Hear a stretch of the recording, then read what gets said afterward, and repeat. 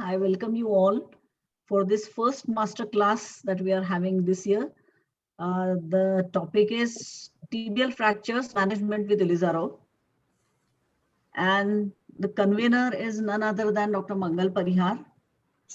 I think there is hardly anybody in orthopedic fraternity in India who doesn't know Dr. Mangal, but it really gives me, great honor to introduce him to you. Dr. Mangal is one of the few pioneer surgeons in India who brought this technique to India and propagated it throughout the country. He was a fellow of Dr. Rohr Pele. All of us know him as an expert deformity correction surgeon and who treats very complex cases with Elizarov.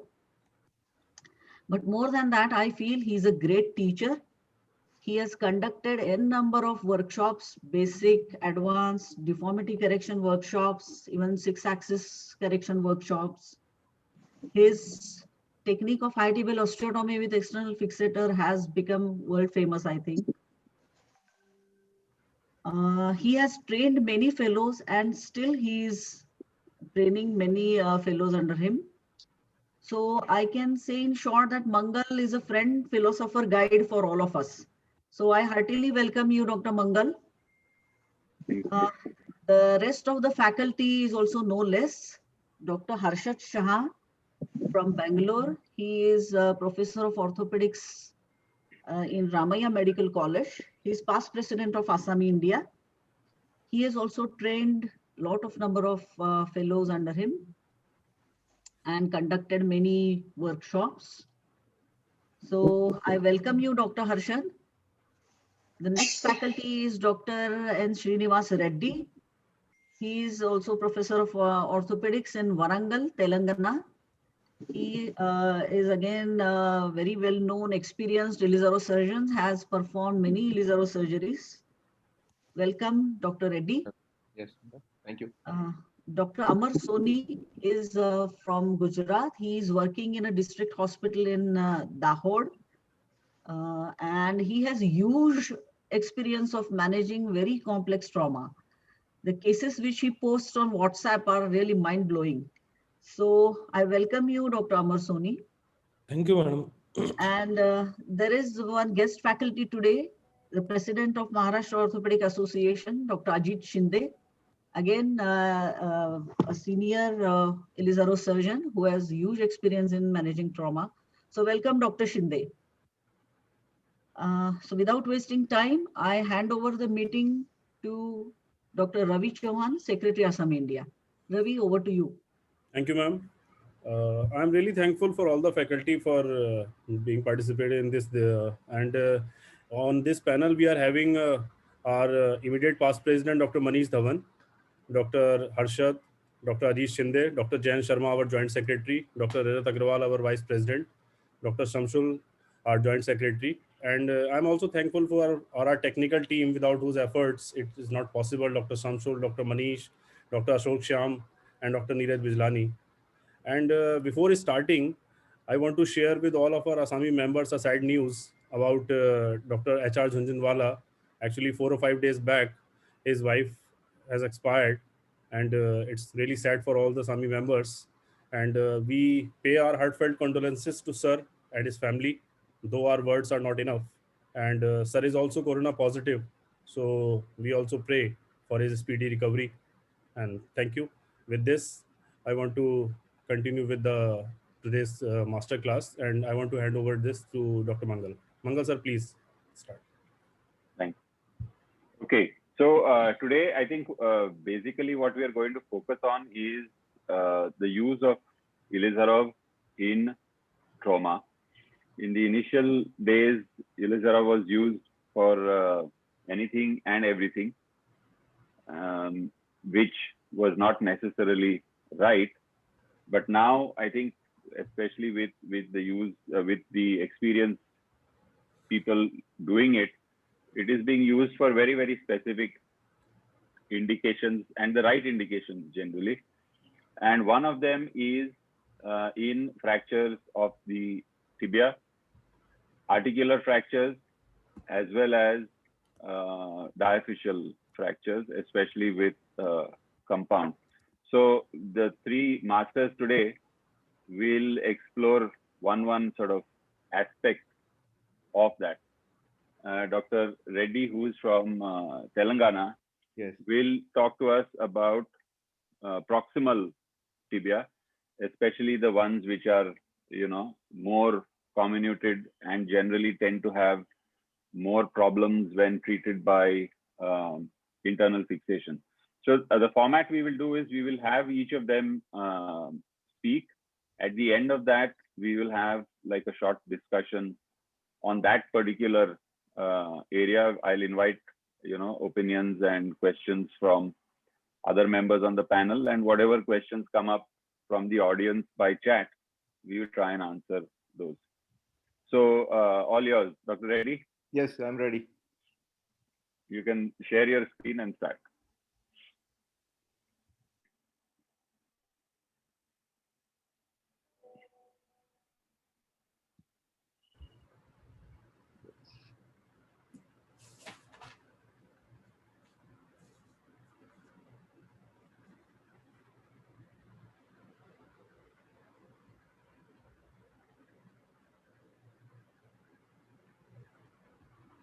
Yes. Yeah. Good evening to you Yes. all.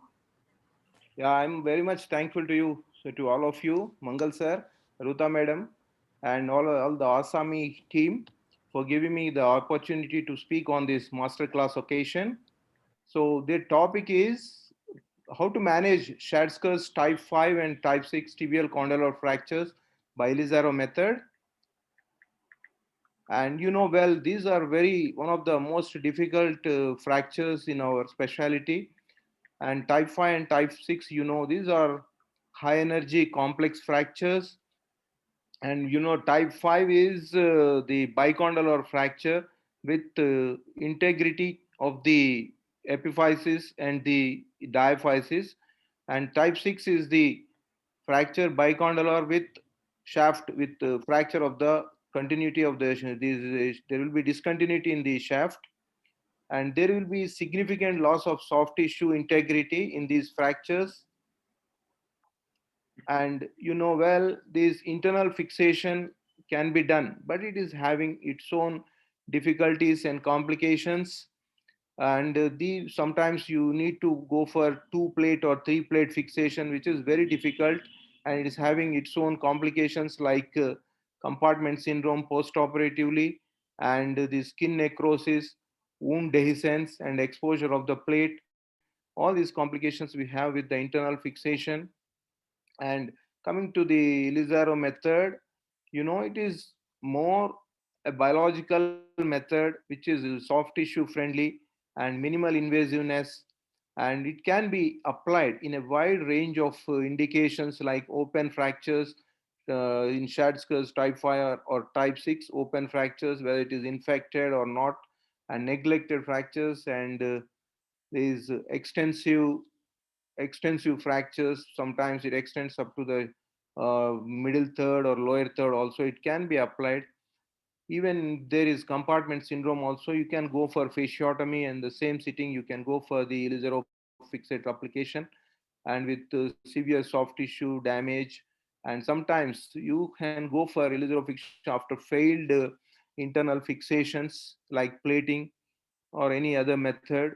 And if infected fractures, we had to go for debridement, and after that, depending on the severity of the infection, you can go in a single stage or a double stage Elizaro fixation. And in open fractures, sometimes if the severity, if it is very severe, loss of all the articular fragments, and if the septic, if it ensures in septic arthritis, and it is not possible for reconstruction, in such cases you have to go for arthrodesis also. And what are the various advantages? You can go at the early stage, the day 1 or day 2, you can go for this Elizaro method. Unlike waiting for about 2 weeks, 3 weeks in internal fixation, we can do fasciotomy in the same sitting. You can go for the fixator application, and we can have a very stable fixation of the fragments, whether it is osteoporotic or normal bone, and the fragment specific fixation can be done in these cases, and a very circumferential frame fixation, it can be applied because of the Elizero rings, and early ambulation is the advantage with Elizero method.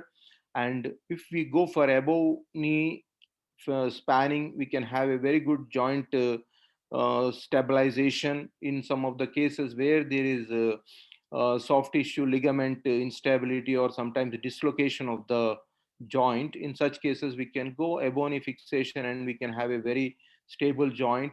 And upon all the things, it will complications like what I have mentioned, they are very minimal with the Elizero fixation. If you do a proper methodology, follow the proper methodology. And whatever the technique, we do have some of the disadvantages like cumbersome fixation, pin track infections, regular fixator care and dressings, and sometimes in diabetics especially, septic arthritis is one of the complications. We should be eh, very much pay attention to that, and frequent follow-ups needs high technical expertise, experience, and also a labor intensive method. Despite these disadvantages, it is always many times having a lot of advantages. We have some discomforts, but not disasters with Elizero methodology. And the goals of fixation, the important thing is we should have an anatomical reconstruction of the articular surfaces, acceptable alignment of the metadiaphyseal fragments, and the restoration of the mechanical axis, and joint spanning in the type 5 or type 6 fractures. Many times it is essential. We need to have a 4-ring frame. And the Ebony fixation, we generally we go for about 3 to 4 weeks, and then we will remove the Ebony fixation. And what are the prerequisites for a good reduction? We go for condylar width. We will compare the condylar width with the opposite knee joint, and articular congruity has to be maintained, mechanical axis alignment, and medial proximal tibial angle has to be 87 degrees, and posterior proximal tibial angle 81 degrees. And then the operative procedure, preoperative optimization, and generally spinal anesthesia, fracture table, longitudinal traction. Many times this longitudinal traction will give near reduction, and if not, we can go for joystick maneuver for the reduction of the remaining fragments. And 1 inch above the ankle for the distal ring, positioning of the C-arm, instrument trolley, surgeon and assistant, or to be proper, C-arm should be in the middle between the two lower limbs, and instrument trolley on the lateral side, surgeon will be on the lateral side, and assistant will be on the medial side, and hemarthrosis has to be aspirated, ligamentotaxis, joystick maneuver, and we have to fix temporarily with multiple K-wires or cannulated screws, and fibulectomy has to be done for the compression purpose later, and fasciotomy if there is need for it, and 3 or 4 ring fixator. And most of the times olive wire should be used, and Sean pins generally at the condylar level, they can't have a purchase, and preferably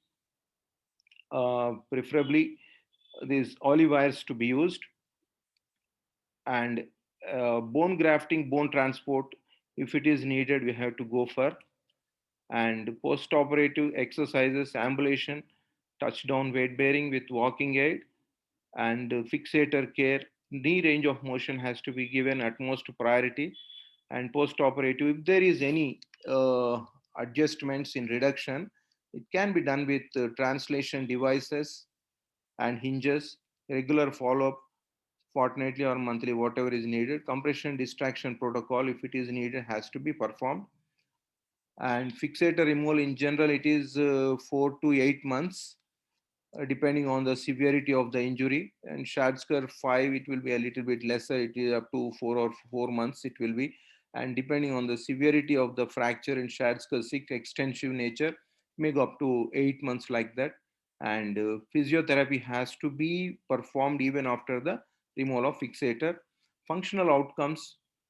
Functional outcomes are based on articular congruity, knee range of motion, and internal derangement of knee.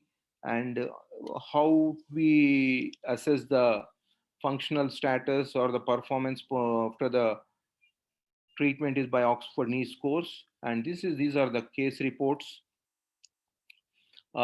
This is a type 6 condylar fracture, Schatzker type 6, and fixator is applied with good reduction. And this is the X-ray after the fixator removal, good alignment.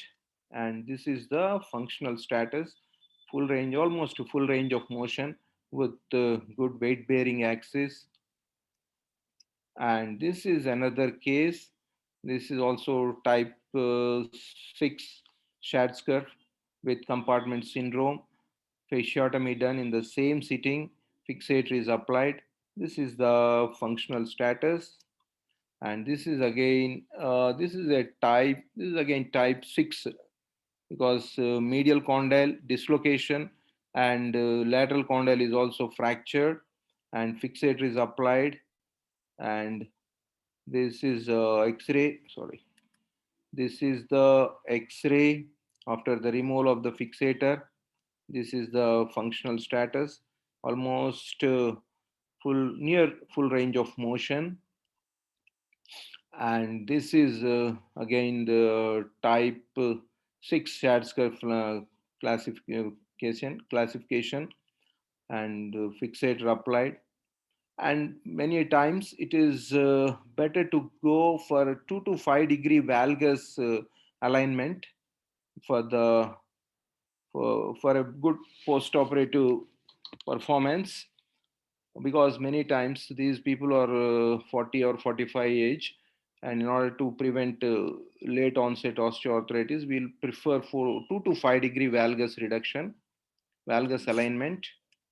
And finally, these are complex injuries, and many times unnoticed damage to the soft tissues will be there, or sometimes soft tissue damage, soft tissue swelling will ensue in the after admission 1 or 2 days, and we have to make a note of it. And near anatomical and acceptable reduction is possible by closed methods, and early ambulation and weight bearing is possible by Elizarov method, and functional range of motion is quite achievable. And because it is many times it is biological and we don't do much exploration to the fracture, and less morbidity with Elizarov fixation, and patient compliance is very good with Elizarov tibia fixation. And your Elizarov fixation is recommended in type 5 and type 6 with less complication and a good functional outcome.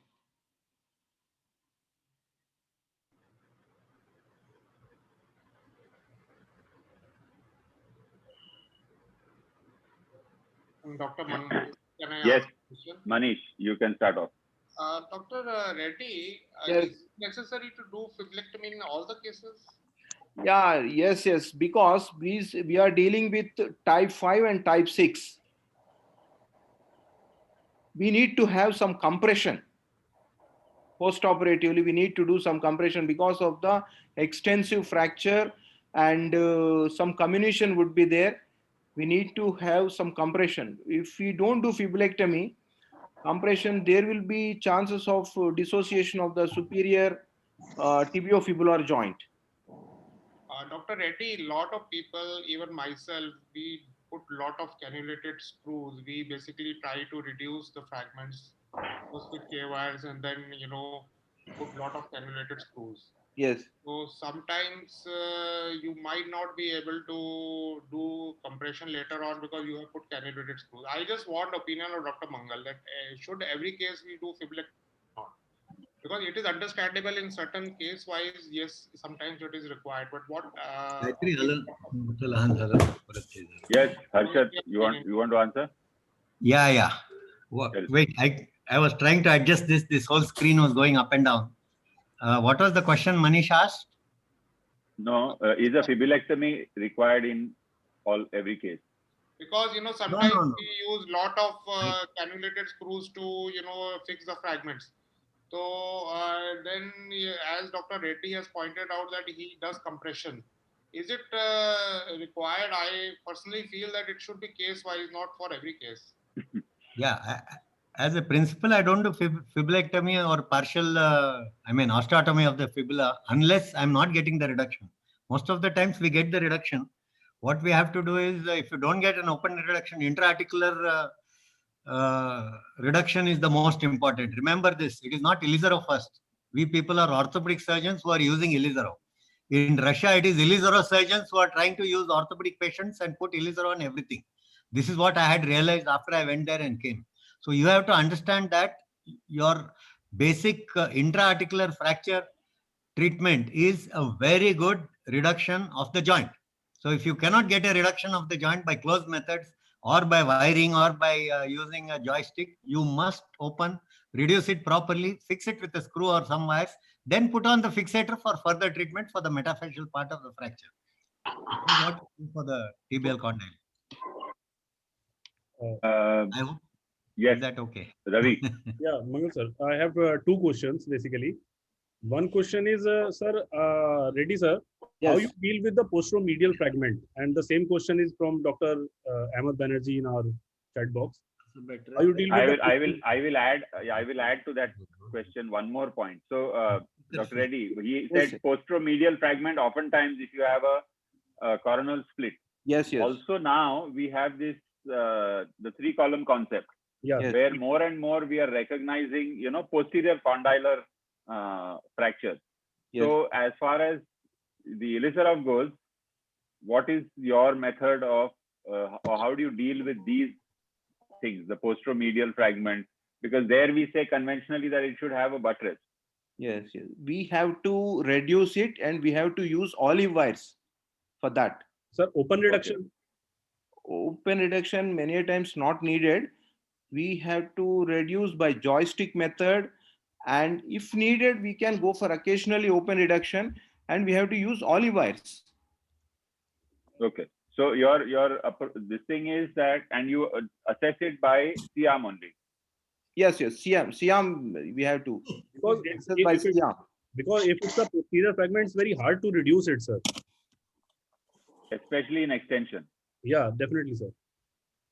It normally, you tend to go into flexion to relax the tissues so that you can push it up. Putting olive wire is not an easy task there. Posteromedial, it is okay. Posteromedial we can go for. It's not posterior. Yeah. What about posterior, sir? Posterior we don't go. Because nowadays, as Mangal sir has pointed out, because Schatzberg classification is not that much relevant when we talk about the proximal tibia fractures with respect to CT-based classification systems that we have nowadays. About 3-column concept that Mangal sir was pointing out. Yeah. Because it has been pointed in various studies that what about the posterior tibial slopes in follow-ups? Posterior tibial slope has to be maintained. That's 7 degrees. Yeah, but it cannot be unless and until you reduce posterior fragment, no, sir? That was my question actually. Posteromedial fragment. Yeah, posterior fragment especially, but it also posterior medial. Posteromedial, it's easy to reduce. Yes. We can put the olive wire also, but when it is posterior fragment isolated, then there comes the problem. Oftentimes there is like pure coronal split, where the posterior fragment has gone down, which we usually put a buttress plate from behind. Yes. So that one, then do you open those and put a plate or something, or do you still just reduce it and then put a wire? Yeah, we will open it and we'll go with a wire only, not plate, not hybrid. Okay. Yes. Okay. Manish had a question. Manish.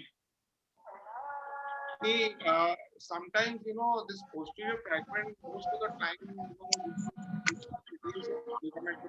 Hello, voice. तेरा आवाज नहीं आ रहा है. Question.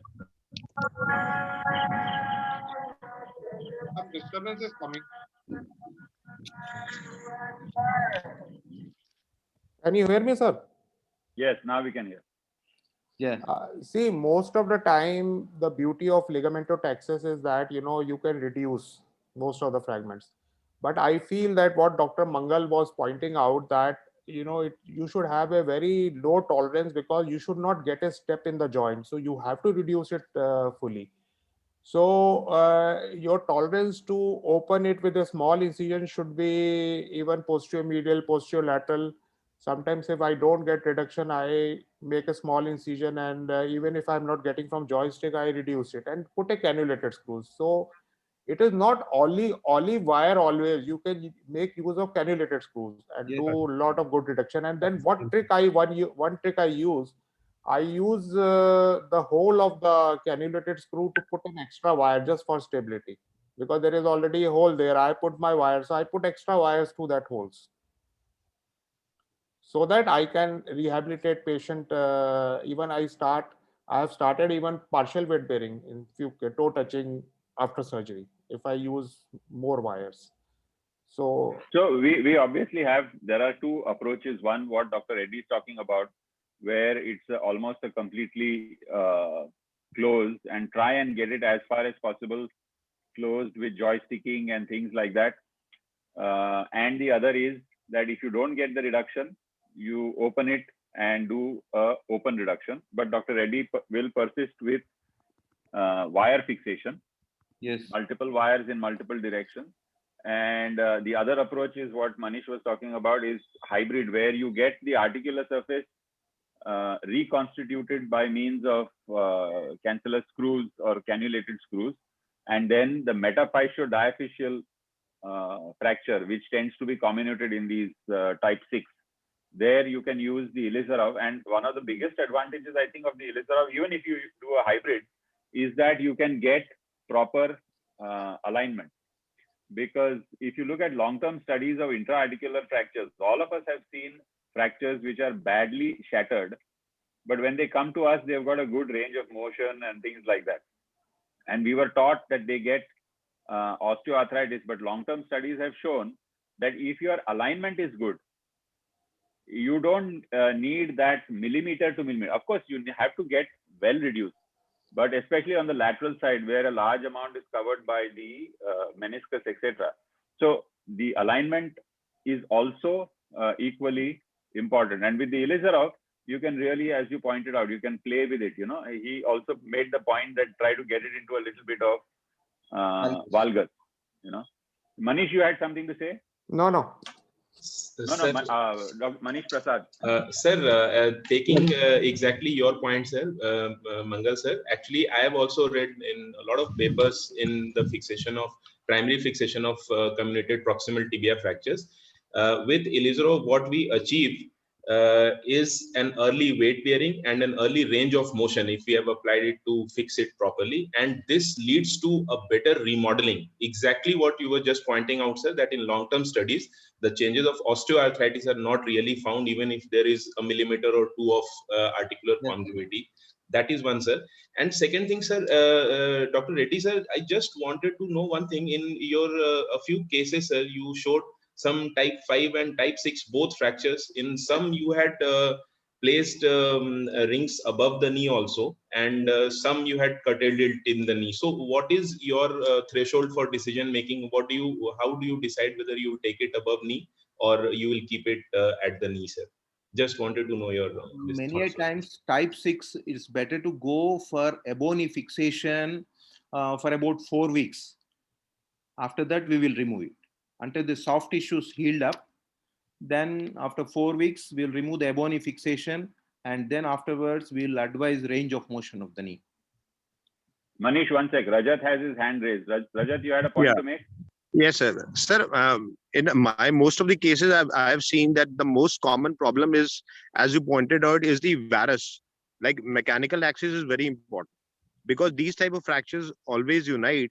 But if they go into varus, they will lead to osteoarthritis. So, Dr. Reddy, I have this question that how do you ensure that you are maintaining the mechanical axis or even 2 to 3 degrees valgus?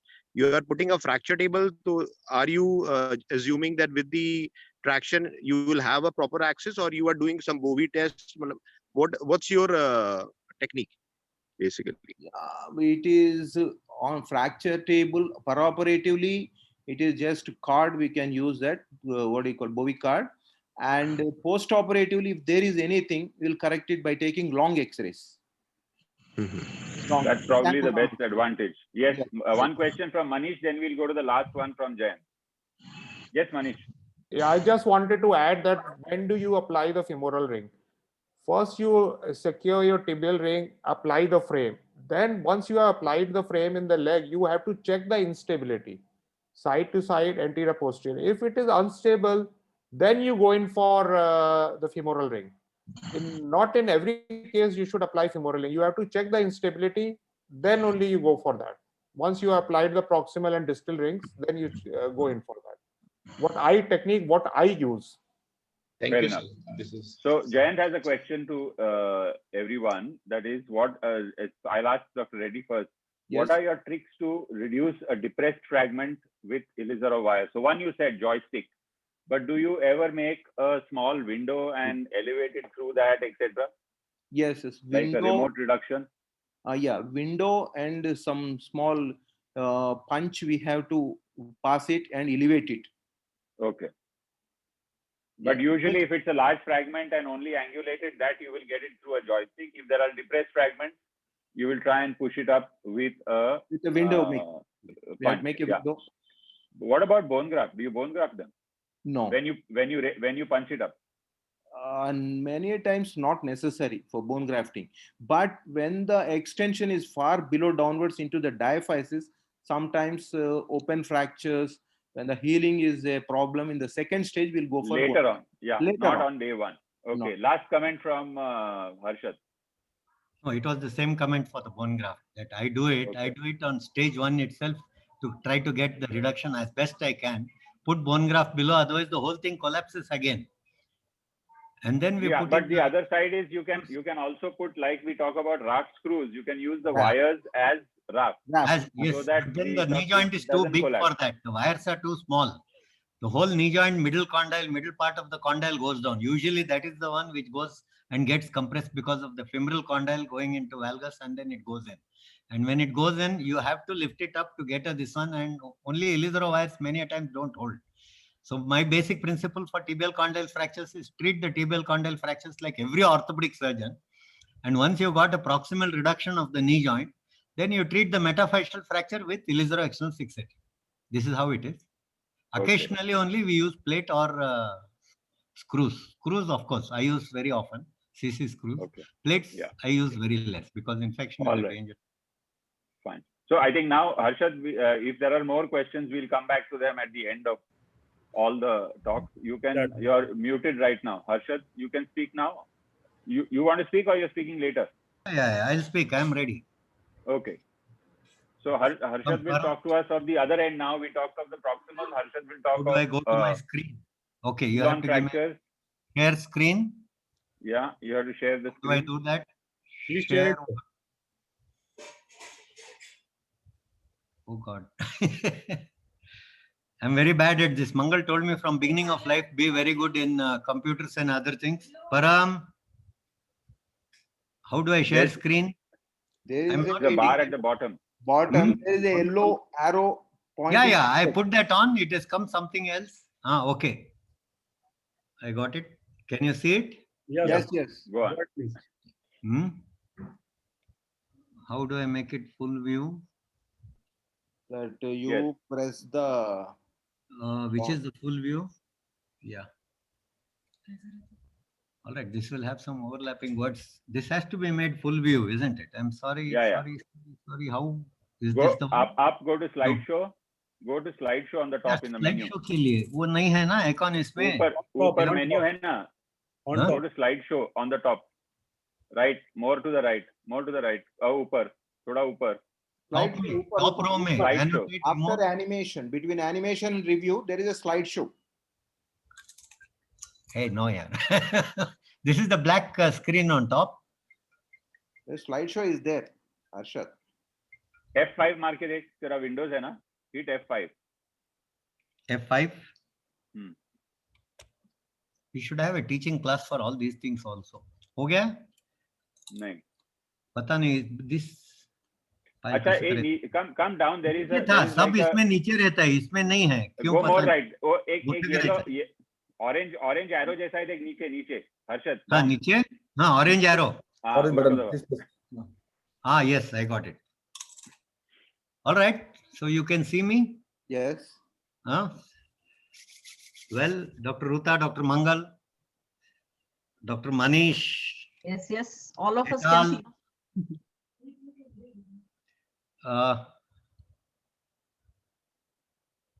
This is Assam India's program, one of the biggest programs of master classes. Master class means there will be a lot of details to be taken.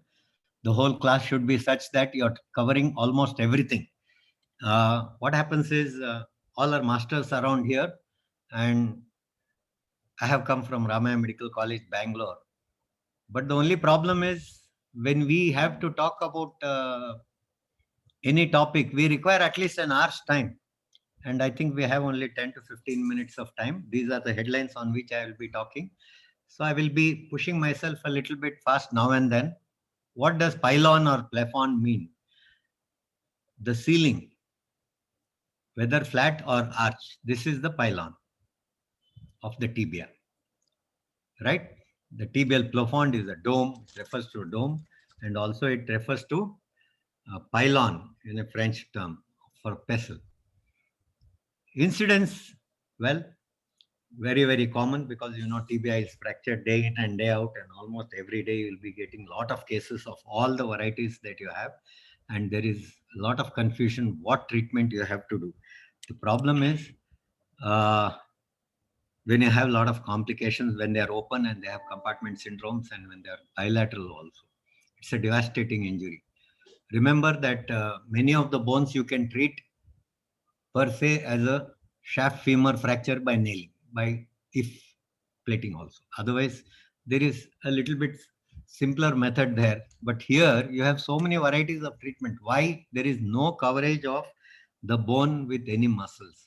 It's a high energy trauma. The ankle is exposed always on the two-wheelers. You have a lot of soft tissue injuries. So it's so difficult. There are the blisters, very clear blisters. There's minimum soft tissue coverage, open fractures, and a lot of tips have been given in terms of treatment of this, that delay definitive management because of complications of infection, necrosis, until swelling has improved. So you need to wait, you have to stage your procedures.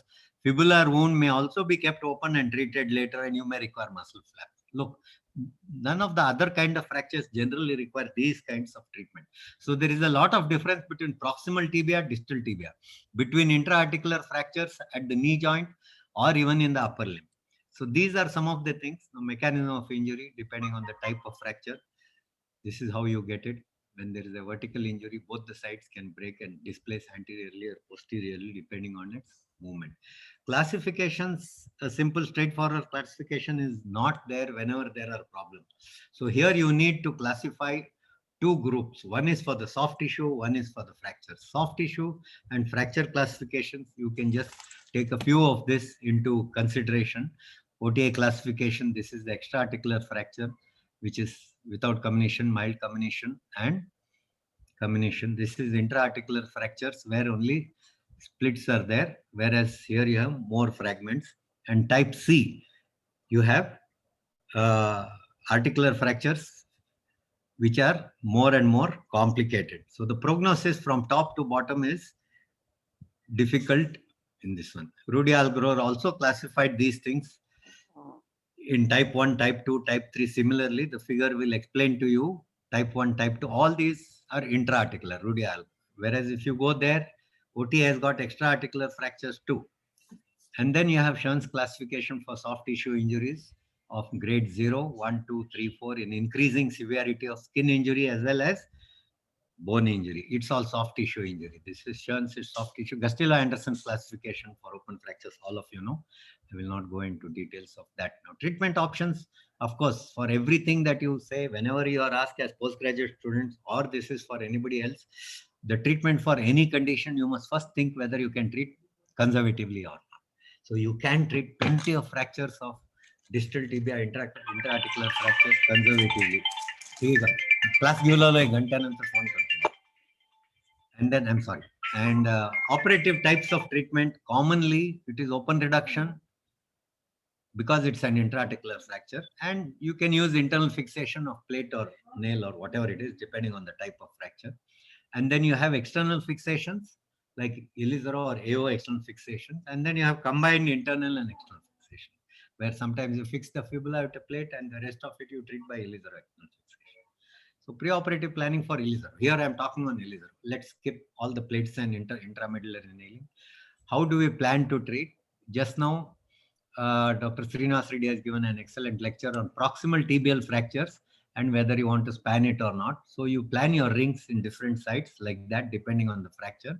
And when it comes to the ankle joint, it is like this, and mid shaft, it is like this. So this is our basic construct, what we do. If we do not put this in the calcaneum and the foot, and it is only here, the rings, then it is not a spanning. We are not spanning the ankle joint. We are just covering the fracture site and immobilizing with fixator. Now, Ilizaro external fixator, I just now was telling you, if it is spanning, we go and fix the calcaneum as well as the forefoot, depending on this one.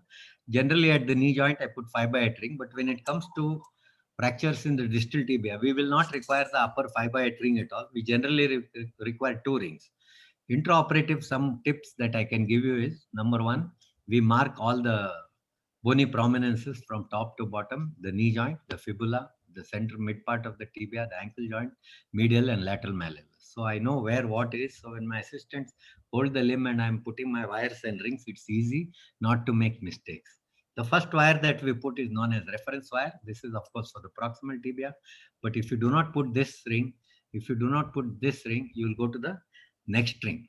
You'll put the second and third ring. That is, this becomes the first ring and then that becomes the second ring. 2 rings proximal to the fracture and 2 rings distal to the fracture are that attached to the calcaneum and the foot. Then we build up different levels depending on the wound and depending on the fracture.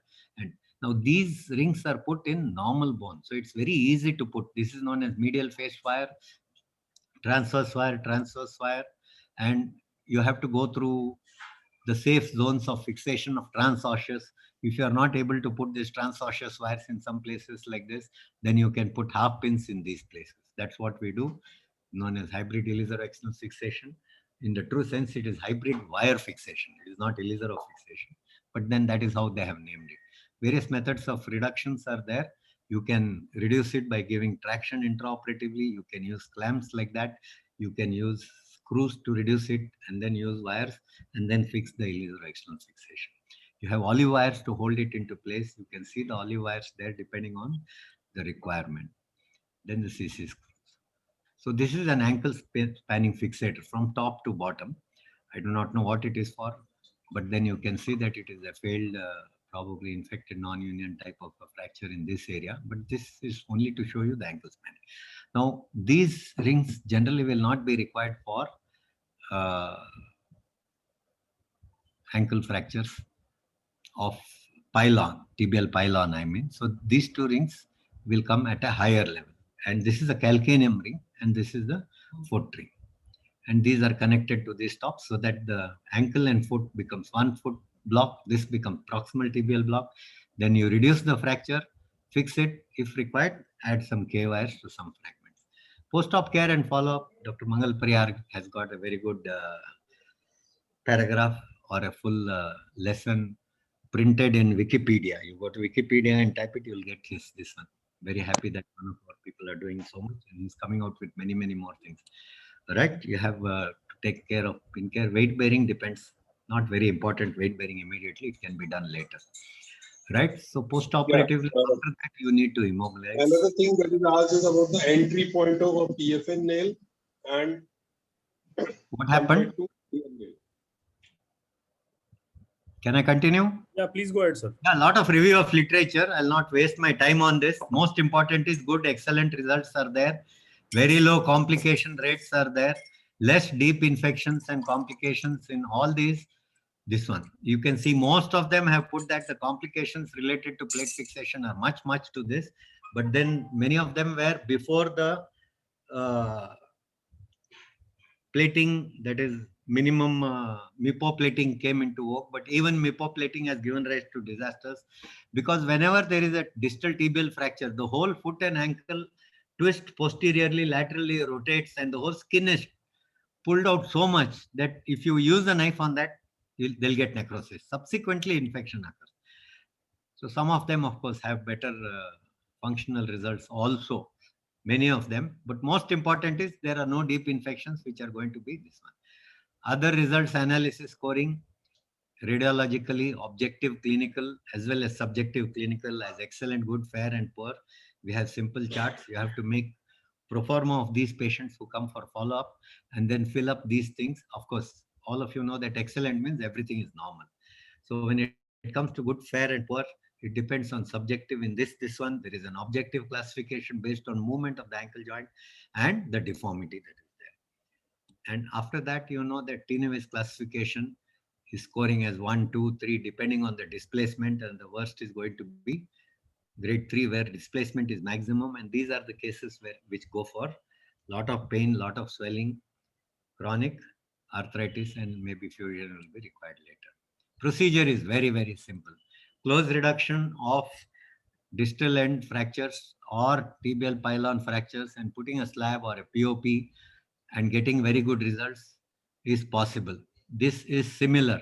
You just have to put 2 rings like that, 2 rings for this, fix it without doing anything for this and distract so that everything falls into position. But all that has to be checked intraoperatively. This is a non-spanning fixator. You can see there in knee flexion, ankle dorsiflexion, plantar, everything you check, you have to see that the rings are in the middle. And fixing these fixators, I'll go back, is not very difficult. You can see where required, you can use a half pin. You can use a half pin on the medial surface of tibia. I have used 1 here, 1 here, 1 here. And then depending on where required, you can leave the fracture alone. Some wires are used to reduce and fix these fractures, right? Now we will go for some examples. Plenty are there, but I have just put a few. That's it. See reduction. We have not done anything. We have put a ring here, put a couple of rings here. That's all to hold this proximal block, this distal block, because this fracture is not an intra-articular fracture. That means it's not a pylon fracture, but as per OTA, it is distal third fracture, and treating this by plating will give good results. Treating it by nailing will give good results. Treating it without anything, using a plaster if reduction is good, will give good results. But Elizarov, no incisions, nothing. We have reduced it quite well and put some wires and 1 more half pin to hold it very strongly. So this 1 ring works as distal block, this works as proximal block, and the reduction holds. Same principle we use for fixing further fractures which are here. Sometimes we use rings for that. Sometimes we span without using any ring for the fracture side. That's all. It is basic. And all this is put in normal limb. The fracture is here. We are not going to touch the fracture. So your wires and all that, you will not have any confusion where to put it. Right? That's it. That's the result. You can get excellent results with Elizarov. Most important is more than this one. The plating part and all, also you can get excellent or even better results at times. But then if it goes into complication, then starts all the trouble. That's why yesterday also I did one case like this. I've got more than 100 of all such cases. Pre-operative, you can see here, again similar. Here, the plating has been done for this and Elizarov fixation done. I don't like this plating part of it because my Elizarov can increase, decrease the length. And second thing is, if you plate it, there is a gap which occurs here, which with a chance for it to go to non-union. It's very difficult for that. And this plate has not been fixed properly also. That's why I put this up for you, that whatever you do, you try to do it as best as possible. But then up to certain extent, you can accept certain deformities, you can accept certain positions, depending on local conditions of the patient's limb, age, complications, problems, so many things are there. Many times we will not listen. Even ankle fractures with, that means medial lateral malleolus fractures with distal tibial fractures are not easy to treat, but then they can be treated by Elizarov. That is, you're fixing the plate here, you're fixing the screw, this is fixed. Now you have only a metaphyseal fracture, which is fixed easily with this, without any problem, and patient is free to move his toes and foot to certain extent, and immobilization is there till this is healed up to 3-4 months or 5 months, and you can remove. If you have to remove earlier for any reason, you put a slap, it works as a close reduction, and you can remove it once it heals completely, right? So these are the follow-up x-rays and result. Non-spanning, I have told you already. Now intra-articular fractures, you get multiple fractures. Many times it's very difficult to reduce. That is why all foot and ankle surgeons and all orthopedic surgeons want full opening of all the fractures, good reduction, so that this ankle is reconstructed properly. Even I believe that we should do that. So it doesn't matter if you have to open it, reduce it, fix it with some wires, fix the fixator on, and then remove those wires. Like here, if you have seen, this reduction is not so good, but okay, fine. I have accepted this and done it. Probably it will give rise to very decent results. There you are. You'll have to fix the syndesmosis where required. Follow the principles of treatment. See, this is not good. This is not the way we should reduce. It should never be happening like this. So see that is the reason sometimes plate is very, very useful. Those are the results in spite of the fibula being like that. But then you can see that the dorsiflexion is restricted. It's not easy. So you cannot squat properly. You may be able to sit cross-legged, but you cannot squat properly. One more case. There you are. Multiple, more and more complicated case. As you go more and more complicated cases, it many times goes for arthrodesis and less ankle movements. We have no choice. But distraction does help a lot. Look at this deformity now. Again, we have to treat this because this deformity is not a good deformity. Going into anterior, this one, the whole patient will be walking more on the heel than on the foot.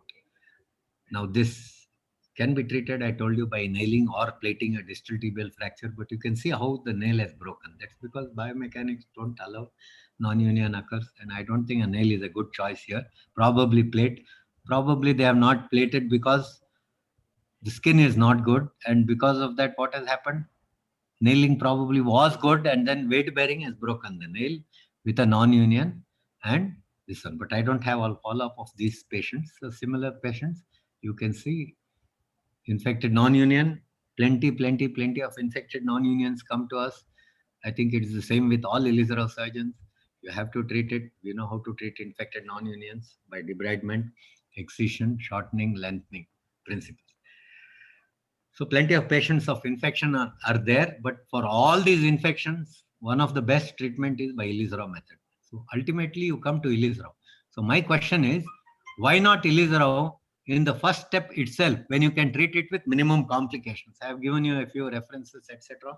So I want you to take this, that proper reduction is most important in these intra-articular fractures, just like proximal tibial fractures. Minimum soft tissue damage has to occur. So your incision should be minimum. Even if you are putting a plate, you have to do a minimum invasive surgery. Don't open the whole thing. You're going to fall into trouble. If it occurs, well, if everything heals well, it is fantastic. Plating is good. I'm not saying no.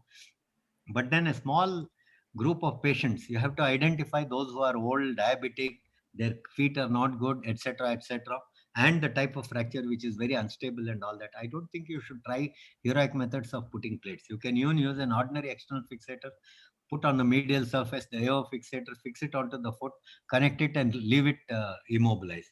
But minimum complications are there with this Elizarov method if you follow systems correctly. Thank you very much. Shukriya, everyone.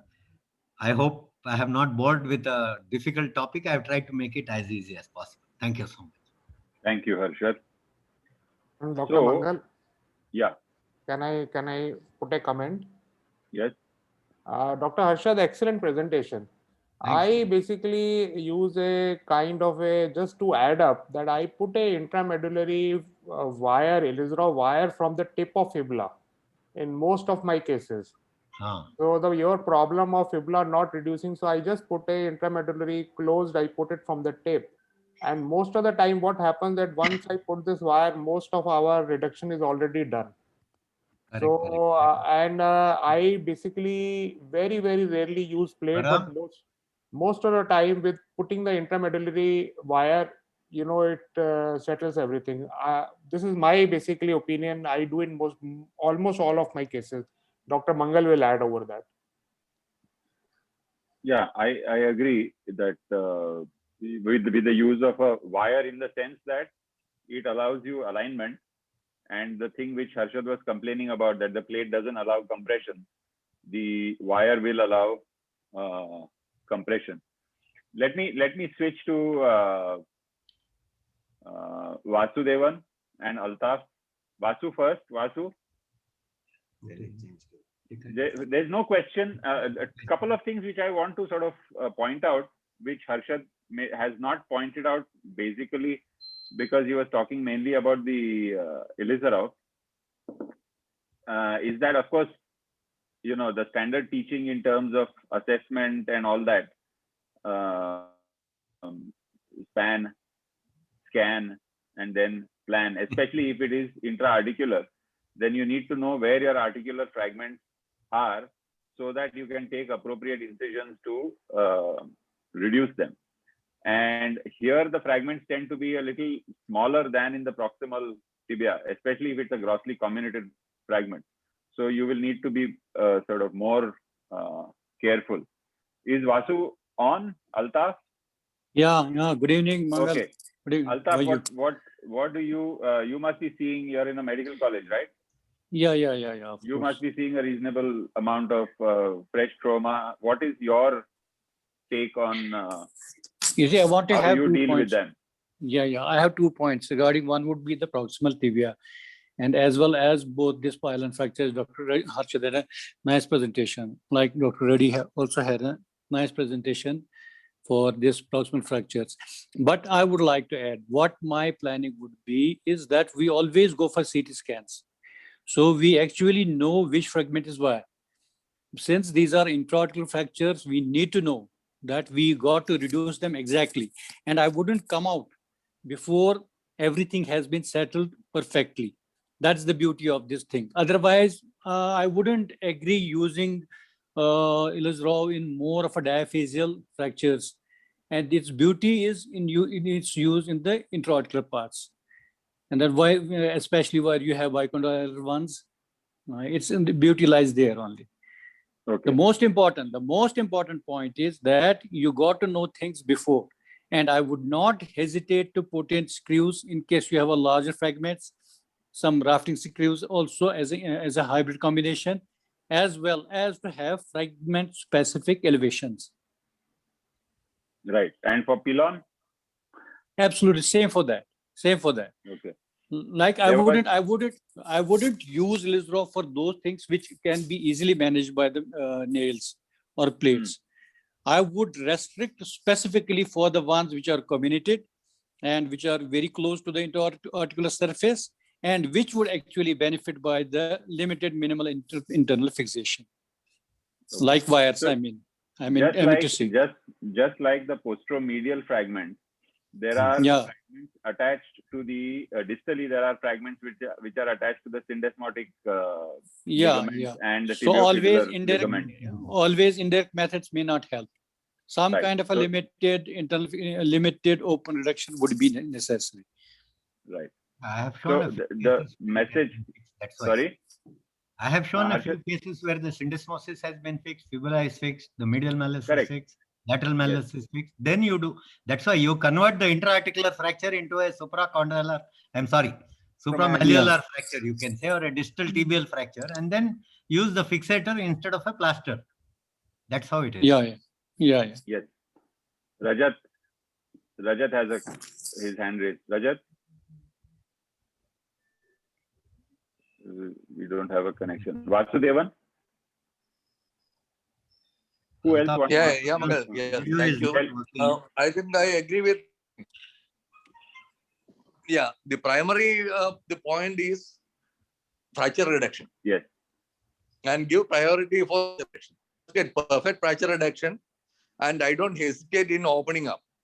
So I would like to get a CT scan to decide which way to open it, if at all it's needed. If I am not opening, I must know how to reduce it.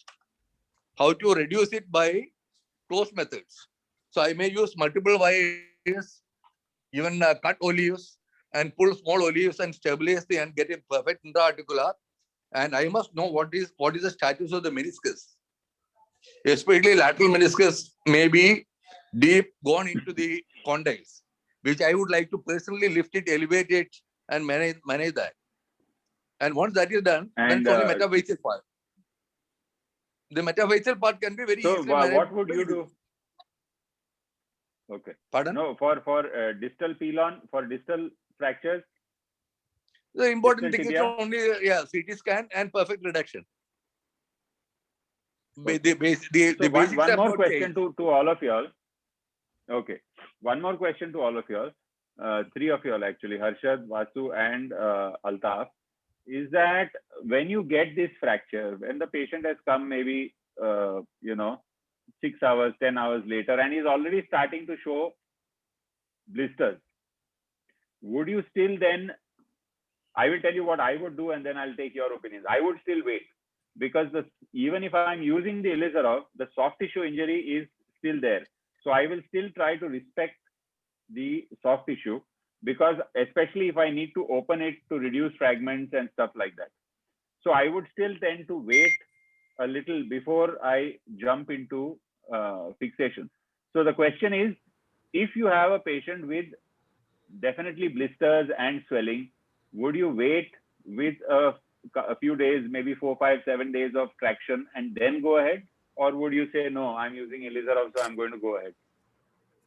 Vasu? No. I think it just like a fracture pelvis, you can get a reduction perfectly earlier. That settles the soft tissue much better. Okay, that's if you are going to do it closed. Suppose even we can make an incision when there's a blood. Okay, so you will not bother too much about the because I would like to get the fracture well reduced, that saves the soft tissue, but it's a very minimal incision, not very big. Okay, Altaf? Yeah, Dr. Mangal. I would like to agree with you. I would definitely wait. Or sometimes what we like to do that if the patient has come in the emergency, the senior resident has seen him. So even if he does some kind of a minimal reduction using an external fixation, especially for the pylon, I wouldn't mind that. And that would give us breathing time. And we always tell them to do it in such a way that tomorrow these pins could be incorporated in the ring as well. So I definitely would agree with you that I would definitely like to wait. One more trick that I tend to use sometimes is if there are widely displaced fragments, which as Vasu pointed out, 5, 7 days later becomes a little difficult or not that easy to reduce. What I will do is I will use a joystick to get that fragment down and then, fix it and cut it under the skin, kind of a lost wire technique, so that the fragments are not grossly displaced when it comes to that 5, 7 days later on. Harshad, what were you saying? You were saying something. Yeah, you have told that they have already come late. There's no emergency in doing an emergency surgery of this kind. Right. So here also good elevation, good this one. There is no point in trying to rush and go into the OT and do it. Correct. 1 week is not going to make any problem in reducing any fractures. So I don't think so this is like all of skin. This is like all orthopedics. If you get 10 orthopedic surgeons, you will get 10 opinions, and all 10 will be right. Yes, Ravi, you raised your hand. You want to say something? Sir, I have one question. That in hybrid fixation, in intra-articular fractures, we are speaking about screws, K-wires, and olive sometimes. Is any senior faculty having any experience with using partial plates for like proximal tibia posterior fragments or in distal tibia posterior fragments, buttress plating along with the Ilizarov? Any faculty having any experience? Or I put multiple wires. I don't. I think that is the best, because as it is, there is difficulty. Can I add, sir? Yes. There is lot of soft tissue damage, blisters. So it is, preferably avoid a plate because it predisposes to infection. So try to avoid as far as possible. Okay. Because the wires are also there. Secondly, there is so much of soft tissue damage that it is prone for infection. Yeah, yes, sir. I am just not in favor of plate. Actually, I am asking for those fragments, buttressing. I don't think you can use screws, cannulated screws or cancer screws. Yeah, definitely. I am also in favor of that. But just asking, is there anyone having experience of that? It's a minimally you had raised your hand. Yeah, yes. Sir, I think we should be very clear to the audience why we are using Ilizarov instead of internal fixation. So we are using in cases of proximal and fracture and distal fracture tibia, in cases where when we are having a issue with the swelling, or there is a multiple communication which we will be not be able to fix with the internal fixation with the plates. So if we are putting a plate and then putting an Ilizarov, I don't think that that's much of a point. So what I think that internally, the articular side, we have to fix it internally with screws or the wires. And then we have to use Ilizarov to get the access and to avoid the severe swelling and the tissue necrosis, which usually happens with the plates. So I also want to ask faculty that whether anybody is using plates and Ilizarov, because I don't think so that then No. it will solve the At least It is none of very us. rarely. Yeah, same. None of us. I have one more comment, Mangal. This Yes, was Harshad. about intramedullary wiring of the fibula. If you do that, you either have to remove the fibula after you fix it. Otherwise, the fibula, which is little bit curved when it comes down to the ankle, the fibula is little bit valgus so that it accommodates the head of the talus when you dorsiflex it. So you need to dorsiflex the foot completely and then only fix this fibula. Right. And it should be fixed with a flexible wire, never with a stiff wire. I have tried that with a stiffer No, wire. it is with You the will never get Ilizarov. any dorsiflexion of the ankle. You should never No, do sir. it. It's contraindicated. Dr. Harshad, it is just by Ilizarov wire. They are flexible. Ilizarov wire. Yeah, that, no. I'm Never with a K wire or Everybody it is just 1.8 mm Ilizarov wire. It's a flexible wire. What I mean to But say the is magic is that most of the time when you put it, you reduce the fracture to very acceptable degree. Absolutely. All right. So I think we Done. can Thank you so much, now. everyone. Thank you. We Lively. can move to Amar. Yes, sir. So Amar will be talking about, as Ruta pointed out, he has a lot of experience on compound injuries. So he'll talk to us about the role of Ilizarov. Oftentimes people think that flaps etc. are very difficult with the Ilizarov. They are not necessarily difficult if you plan it properly, and many a time flaps may not be needed also. So I think Amar will enlighten us more on that. Yes, sir. You can share your screen. Thank you, sir.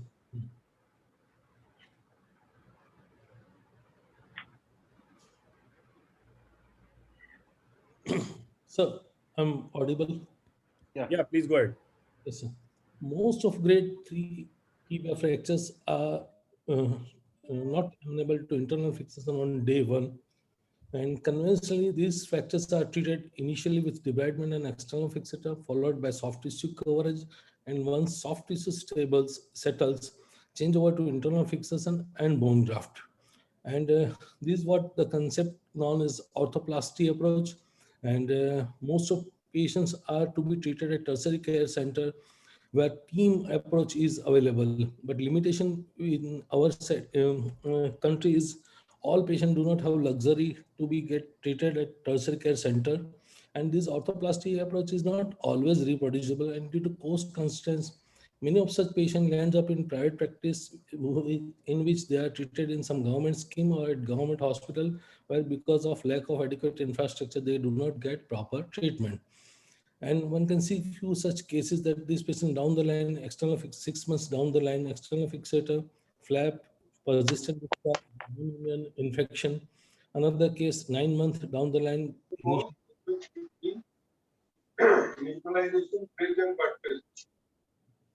initially treated with external fixator, followed by flap, followed by plating, and still non-union with exposed bone. There's a different way to treat with Ilizarov, primary Ilizarov. Hello? Yeah, you can. You're Yes. audible. Go ahead. Where strategy is somewhat different. Post-debridement frame is applied and soft tissue coverage is mostly with split skin thickness graft only. And in some cases, there is delayed corticotomy, transport, and docking. Change over to internal fixation is rarely required in tibia, and bone grafting is rarely required. I'll go through preoperative planning in one such open tibia fracture. This is grade 3B tibia fracture presented with bone loss with exposed bone. here one can see that there is an overlap fibula, so there is primary bone loss plus bone ends are uneven. How I planned is, this is my tentative line of resection. So there will be some bone gap post debridement. This would be my frame configuration: proximal block, distal block, and a floating segment. If one keeps ring near fracture site, then at the time of docking, radiological assessment of union would be difficult post docking. So it's better to keep ring little bit away from fracture site. Alternate configuration is one can have 3 equidistant ring in proximal fragment, and one can do corticotomy between first and second ring. Regarding rod placement at corticotomy site, I put anterolateral and posteromedial first whole rod. They are at 0 level or proximal ring side and little bit longer, so that a dissection process can be allowed. And I do keep them not too long, so that a patient will come in follow-up once this rod length is over. At fracture site, I keep at third or fourth hole on anterolateral, posterolateral fourth hole and anteromedial fourth hole. Rationale is we should have a good assessment of all 4 cortices in both AP and lateral view, and these rods should not be kept longer above and below ring. Corticotomy to be done between second and third ring, that will be metaphyseal diaphyseal junction. If one wishes to do a corticotomy at metaphysis only, one can do between first and second ring. In that instance, second ring would be little bit lower. This is what a frame configuration would look like. Here, distally 2 rings are shown, but in my case, distal fragment was low, so I have kept 1 ring only. And this is how a prefabricated frame will look regarding proximal block, distal block, and a floating ring in between.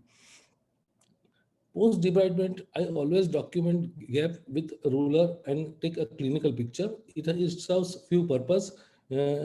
Apart from record purpose, one can have a fair idea that I need to instruct patient to go for dissection for so many days, and accordingly he can plan follow-up visit, and one can predict expected time of frame once exact gap, bone gap is known. Regarding how to prevent angulation, we all know that whenever we do ELISA, we insert 2 wire, one is parallel to knee joint and another is parallel to ankle joint. I use both as an olive wire that prevents mediolateral translation of frame. And once these 2 wires are inserted and a prefabricated frame is applied, then the angulation is, gross angulation is corrected. But for that, a prerequisite is that equidistant rods should be there. If rods are not equidistant, then the patient will have some residual angulation depending on how the rods are in. Regarding rotation, once I inserted proximal ring and I'm tightening and giving tension to distal ring, I hold the foot with myself and I ask my assistant to apply wire fixation bolt and give tension to distal wire, so that rotation element I will correct myself. I will not rely on my assistant to correct it.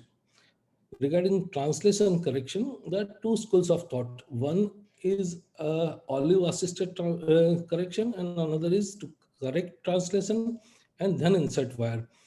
If there is mediolateral translation, one can insert olive accordingly, and if there is a translation in sagittal plane, one can use arch wire technique. But in that, one is putting more stress on olive wire, where my preferred method is to reduce first fracture, and I'll hold it with a pointer detection clamp, one prong of that in canal, in distal part of canal, proximal fragment canal, and reduce the fragment and then insert wire and fix it with wire and pin. Proximal fragment, one can insert 3 wires and 1 half pin, or one can insert on all wire in both rings. Regarding middle ring, floating ring, if there is 2 choices, either you can insert 2 wires or 1 wire and half pin. While inserting 2 wires, one do not get adequate spanning. As you can see here, there is hardly 30 or 40 degree spanning. While if we insert a medial face wire and a perpendicular half pin, there will be a 90 degree spanning, and fragment will not toggle while getting transported. Distal fragment, 3 wires, medial face, fibular wire, and transverse wire. will hold the fragment in alignment. One can use half pin or drop wire depending on the preference. Once post-op X-ray taken, there was some overlap of fibulas or fracture extracted, and as one can see that there is overall good alignment in both coronal and sagittal plane, and Giglisov corticotomy is done proximally. This is how my frame looks like, and this is how a stable frame allows weight bearing very second, third day. I'll go through few cases. This patient had floating knee open injury and he had no primary treatment. He traveled 90 kilometers post injury without any primary treatment, not even IV fluid. He had substantial bone loss, and these are his clinical picture post saline irrigation and reduction. These are his X-ray, distal femur comminuted fracture and proximal tibia comminuted fracture. For femur, initially spanning external fixator was put and then later on converted to distal femur plate.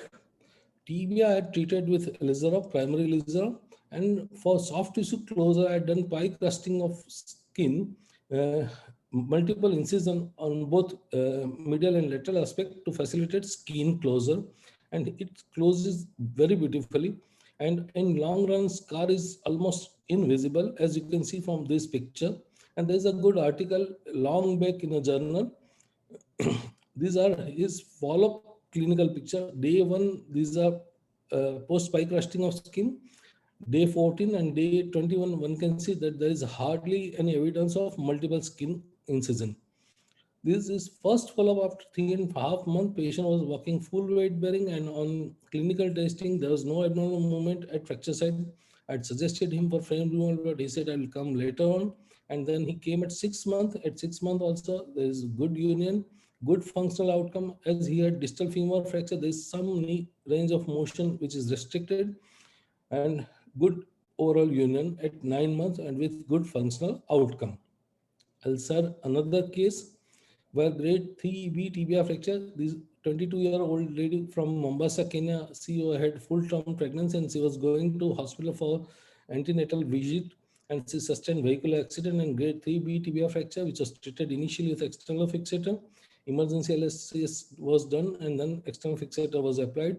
Debridement of wound was done and stay suture were taken. These are post-op X-ray taken. She had 6 repeat debridement under general anesthesia in 20 days.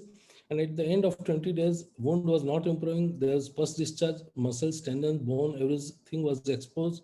An index surgeon offered her amputation. Patient and relative both were keen for salvage. And in pursuit of limb salvage, they came here. And these were at the time of presentation to me. And clinical picture at the time of presentation to me at 4 weeks. This is what tentative resection, and this is how I have planned. As anticipated gap is large, I had planned for trifocal osteosynthesis, and frame is configured accordingly. Post debridement, one can see large gap and the whole leg from middle third right up to the ankle is exposed, and a large area. She was having 15 centimeter bone gap post debridement, treated with Elizarov external fixator and skin grafting at same stage. As one can see, the frame is to allow tandem trifocal osteosynthesis at later date. Here fibula was intact, fibula osteotomy was not done. Carbon ring was used at ankle so that radiological assessment at the time of docking and post docking can be done nicely. And future corticotomy to be planned between first and second ring and second and third ring. Here I applied foot ring on day 1 because it gives adequate lever arm to fixation and prevents equinus. In such large transport, there is likelihood of developing equinus post-transport. At 2 weeks post skin graft, wound was healthy.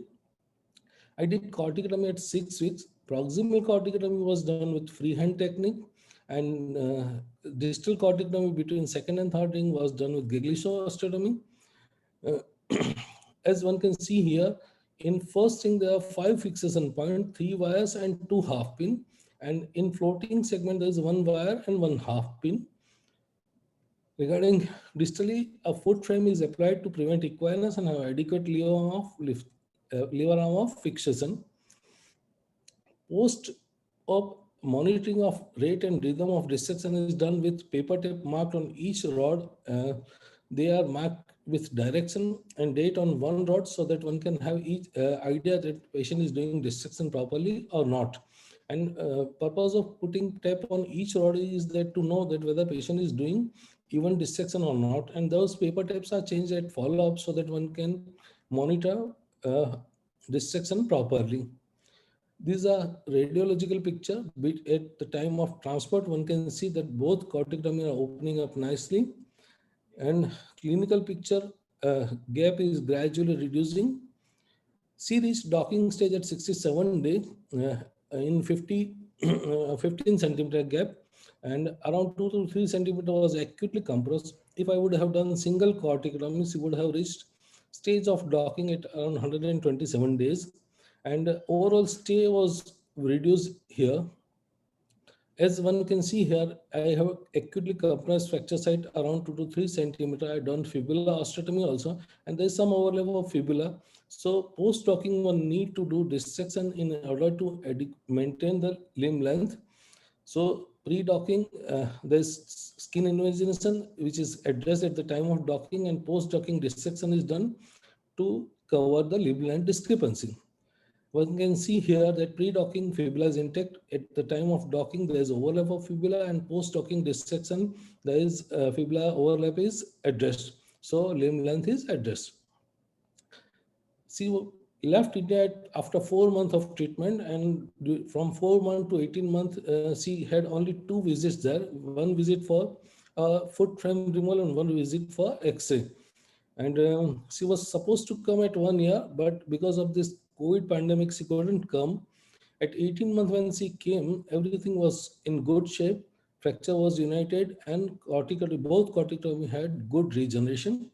Clinical picture before frame removal, then clinical testing done, all rods removed at fracture site and corticectomy site. There was no abnormal clinical movement.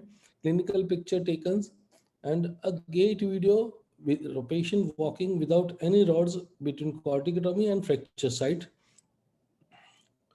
Post frame removal clinical picture, there is no limb length discrepancy, and patient has good functional outcome. As one can see here, that there is good alignment and good union at fracture site, and regenerate is also good. One can see that mechanical middle proximal tibial angle and mechanical lateral distal tibial angle and proximal posterior tibial angle all are within normal range. This post frame removal, her gait, she's happy, she's walking unaided, she's pain free, and good functional outcome is achieved. So with ELISA method, prevention of or elimination of infection, union without limb length discrepancy, unaided walking, and return to pre-injury occupation. All goals are achieved with least morbidity. This patient united without bone graft. So take home message is, as said by eminent surgeon in standard textbook, that these cases should be treated at tertiary care center by orthoplasty approach. But all patients do not have luxury to get treated at tertiary care center. And some of such cases land up at peripheral setup like me, and have to treat such patient with the ELISA method, which gives excellent outcome. No method is without complication. So one should be very meticulous in doing surgery. We use term learning curve very loosely, but patient bears burnt of our learning curve.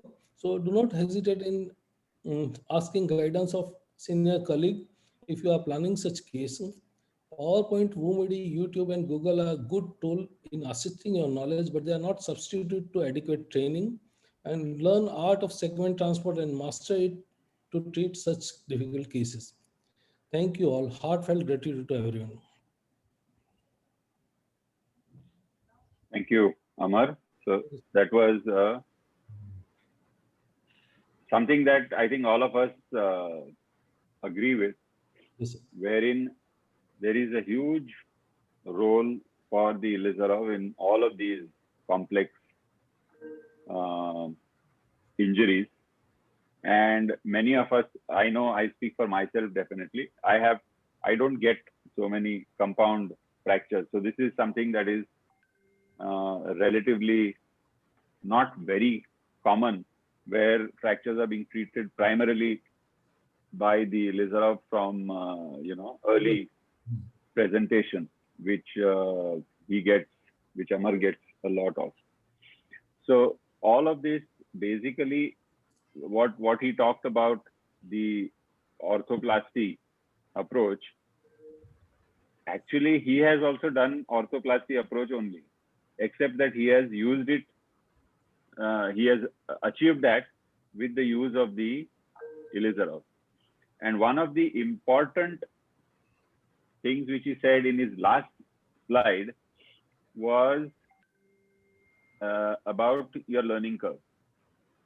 So when we started off with Ilizarov, getting union was supposed to be a big deal. We got union and the leg is in equinus, or it's in varus, and we used to say, oh, at least we got union, but that's not really, you can't use that yardstick anymore. The yardstick has to be with the best treatment possible. So in terms of alignment, you need good alignment. In terms of motion, you need the maximum motion possible under the circumstances, given the sort of quality of the type of the injury and all that.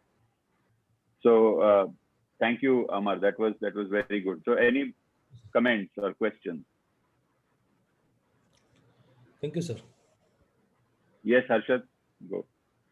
Yeah, Amar has presented a beautiful case, a beautiful paper, no doubt about it. We have a lot of cases now down the line after 30 years of work, probably more than 1,000 tibial compound fractures and infected non-unions, etc. So I had also published or presented a paper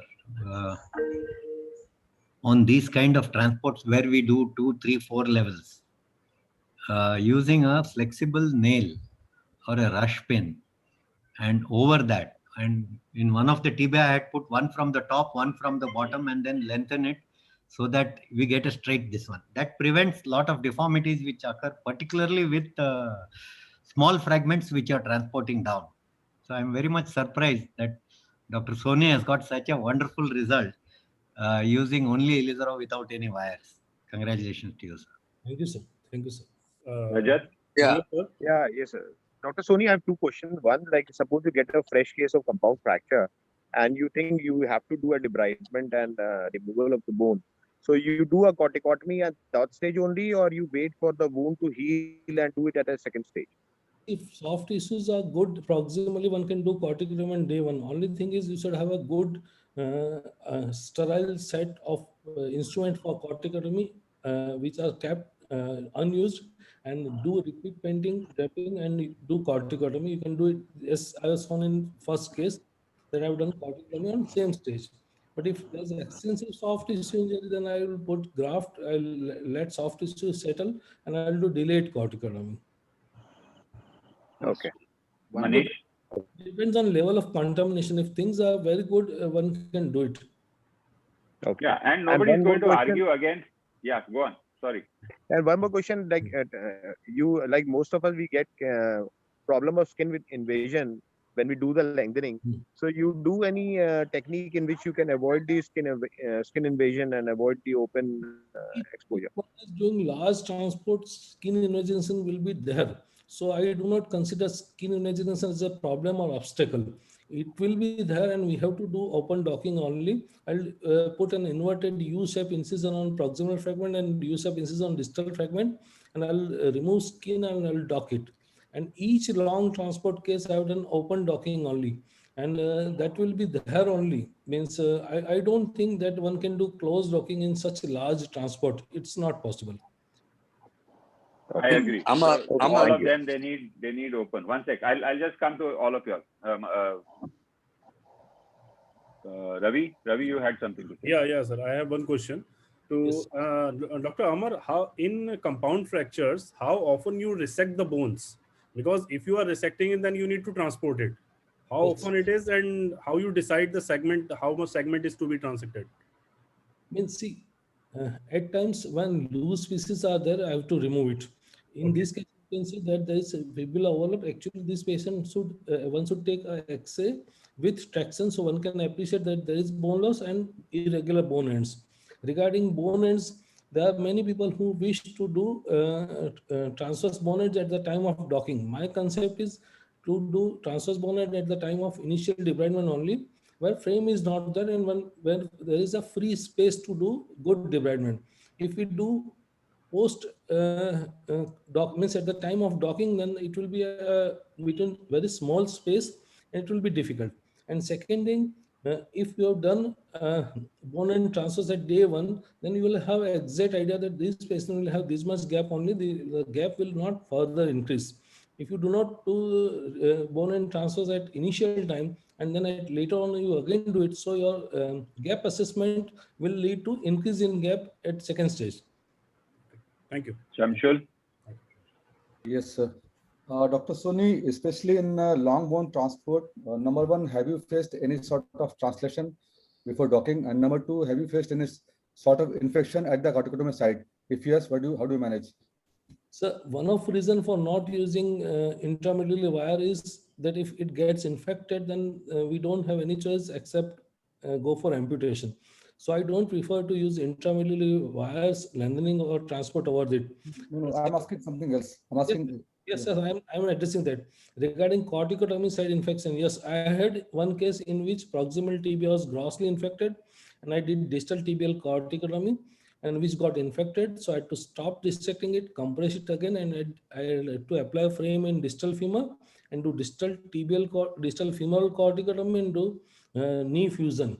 So yes, it happens occasionally. See, once at times we are in hurry to do corticotomy, but over a period of time, I have learned that don't hesitate in waiting for corticotomy. Even late patient discharge come after a few weeks. At second stage, you can do it.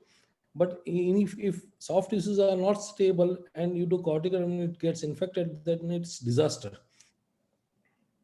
Yeah, and more I asked that, have you faced translation before docking?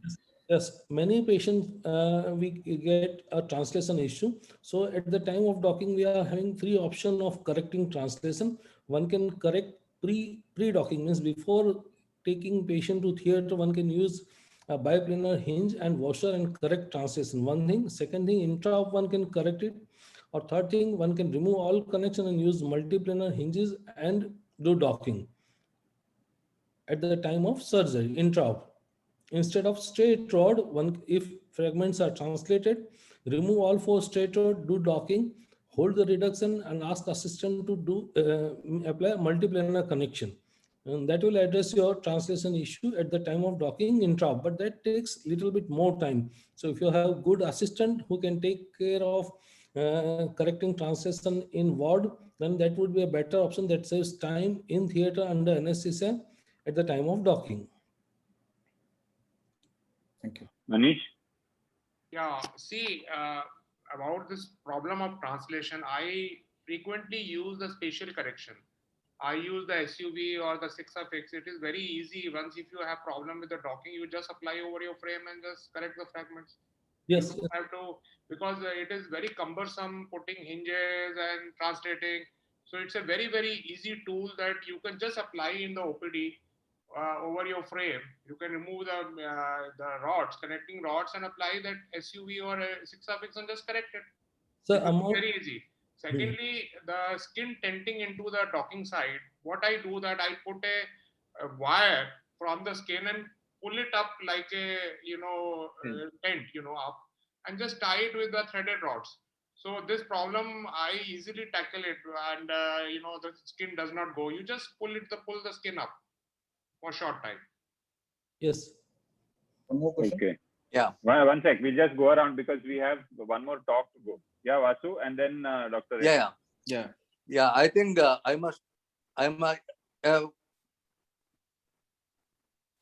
hello. Yes. Yes, we hear you. Yeah, I must congratulate Soni for systematically approaching it.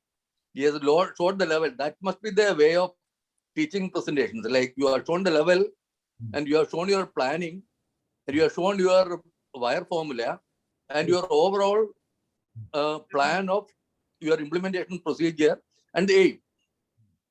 And you are very clear in ideas. I think that must be uploaded on that. So congratulations, Soni. It is done. The next thing is in a case like the one which has shown the long gap, In acute trauma situations, I may not do the resection. Even if the dead bone, I would like to retain it there, get a good docking. Maybe it's a dead bone. Still, I will put a frame there and wait and make the patient walk and do a debridement. The dead bone I can always resect later. So that gives them some extra stability and patient on his foot, and that will give some confidence. And now you can easily find out how much bone is really dead. So many of them may not be really dead. Maybe there is intramedullary blood supply, so that may come out. The one which is completely exposed may not die always. Okay, sir. Okay, so that's a different take on it, Dr. Reddy. Yeah, Amar, yeah. What are the indications and limitation of that wound, acute wound closure with multiple incisions? See, Any limitation? What cases you are? I have done in few cases only, and it has worked very well.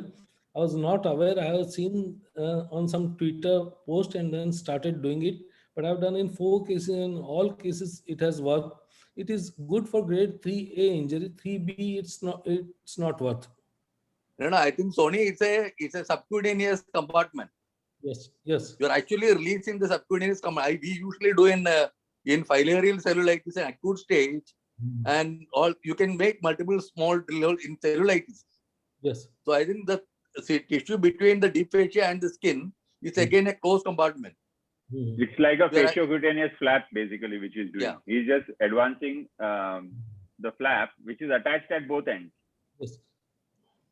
Yes, last one, Shamshul, and then we'll go to Dr. Shinde. One more in the long bone transport, we see a lot of soft tissue sagging the posterior rings or even beyond. How do you handle that? Always instruct patient to lie in prone position for at least 6 to 8 hours in a day. Means that will help a lot, because TBI patient tend to sleep supine only. In femur we advise in all cases, but in TBI we don't advise. Actually, you should advise all patients to lie in prone position in such large gap where there is lot of soft tissue sagging to 6 to 8 hours in a day. That will help a lot. Even if after the day came with sagging, then how do you address that? See, I have not applied a larger size ring, and most of cases are managed with this only. Both of this. One is prone lying, and the second is what you can do is take cardboard or some kind of a plastic sheet, which you can slip between the soft tissue and the ring, so that there is no pressure, one edge pressure. It's a more distributed pressure. That is one. And second is to prevent it. Oftentimes in one of the reasons can be if there is persistent infection or persistent instability. That edema adds to the sag.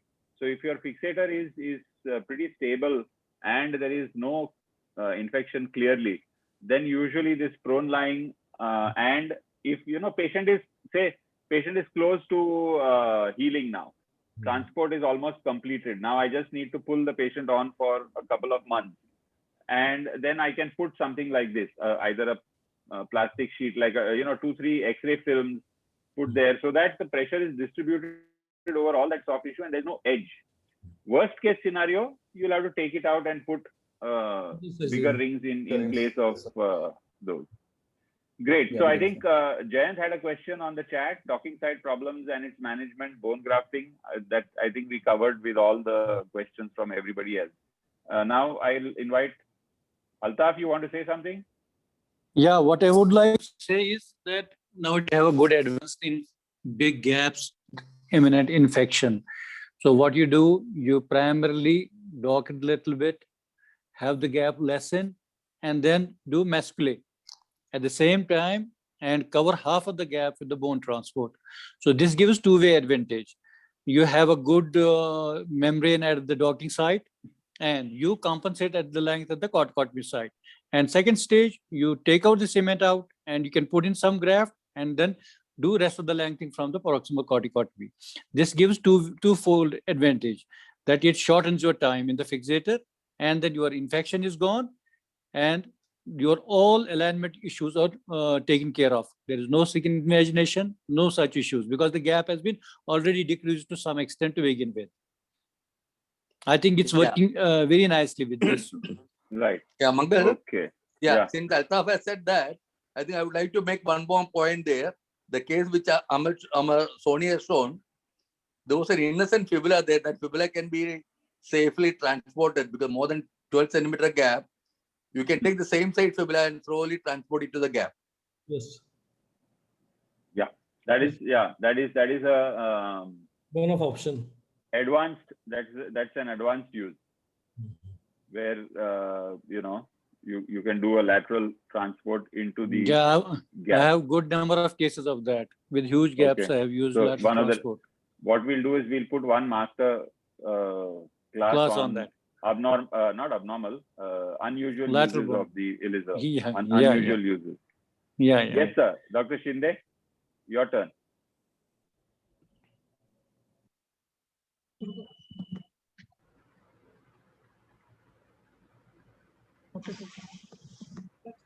Good evening, friends.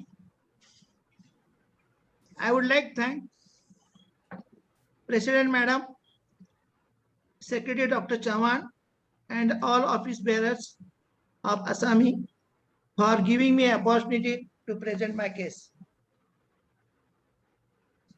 50-year-old male veterinary doctor met with RTA in November 2007. Grade 3B compound tibia fracture with tibial bone loss of about 15 centimeter. He also had head injury as well as minor intra-abdominal injuries. Patient presented more than 12 hours after the trauma. Ganga score was 18, which means he was a candidate for amputation and was advised the same elsewhere. What you would do?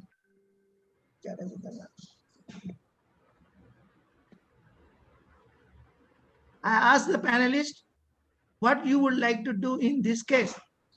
Okay, who wants to offer opinion?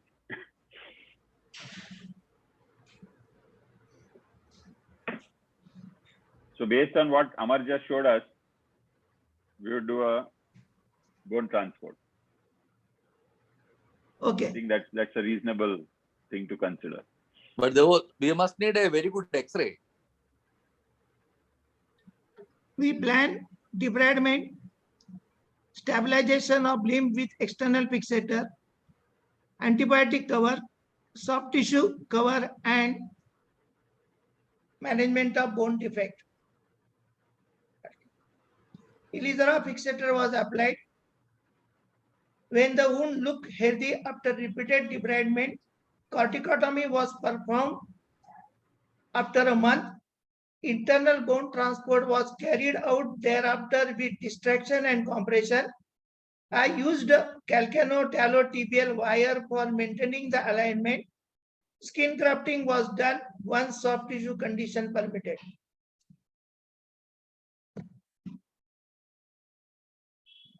This is after 4.5 months of distraction. At the distal end of new regenerate, I freshened the margin and re-impacted the fracture with compression. Intramedullary wire used for better alignment was still there. This is the finally after 14 months, 13 centimeter of lengthening we achieved. We stopped distraction only because anterior bowing of the tibia.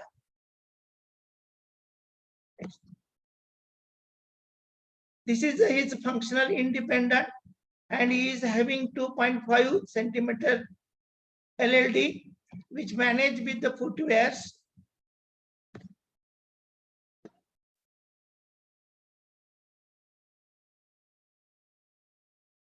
This is his gait video. There are many papers regarding bone transport in acute traumatic case as well as infection. But in my experience, for larger bone gaps, maintaining alignment of the regenerate is a difficult task. Putting an intramedullary wire helps. Always keep looking for neurovascular status of the limb. Acute docking of the fracture site should be avoided as it may compromise neurovascular structure. Quality of regenerate should be monitored with serial X-rays, and rate of the distraction should be adjusted accordingly. In my case, as there is a lot of soft tissue insert, the speed of distraction was reduced, and I was doing 3 times a day, not 1 millimeter per day. Avoid stiffness of adequate joints by optimum physiotherapy. Patient selection is also very important, as non-compliance can be disastrous. Thank you.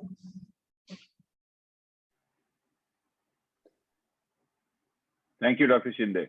So this was kind of similar, underlined the same principles that Amar spoke about. And there's no question, I think, that, Ilizarov bone transport is something which is good as far as bone loss is maintained. And I think sometimes with these kind of severe injuries, 1-2 centimeters of shortening is not something which is a big loss. That can always be built up with a shoe raise. And if patient desires at a second stage, doing a 2 centimeter lengthening for that is not a problem at all. How many of you all have actually in severe soft tissue loss have done flaps or got flaps done and then put Ilizarov? Because in a lot of these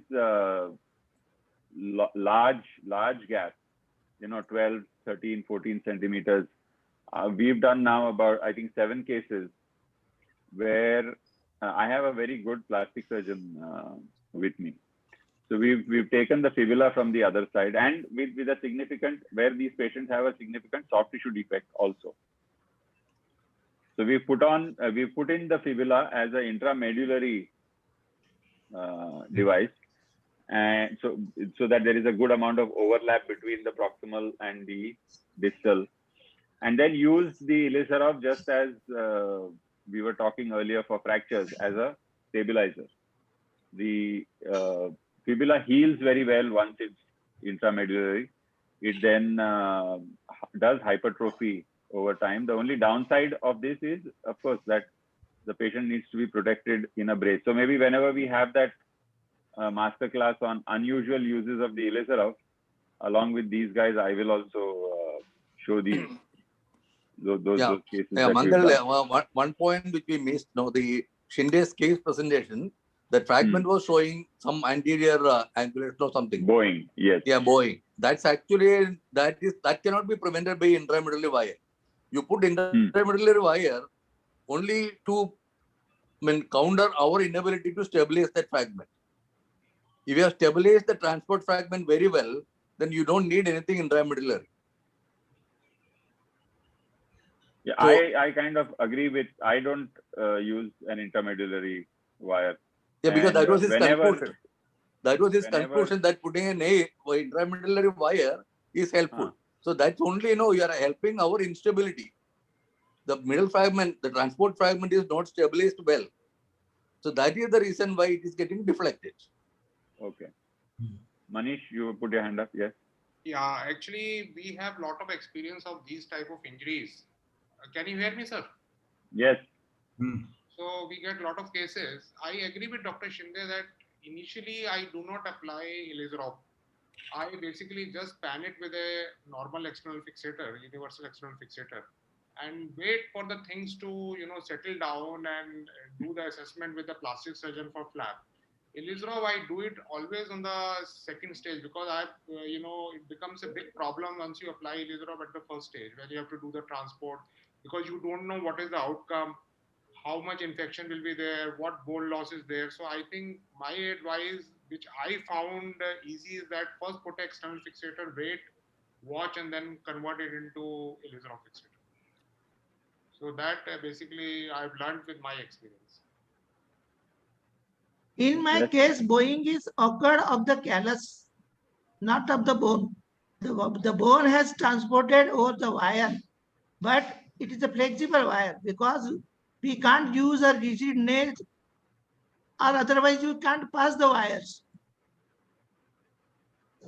Not true, Dr. Shinde, but it is probably that a small transport fragment, while it is coming down, instead of coming down straight, even if there is a wire in it, it can tilt a little because it's a thin wire. So what has happened in your case, I think, is that fragment has tilted a little. It has continued to come down, but because it has tilted, it has thrown that regenerate, which is a little more.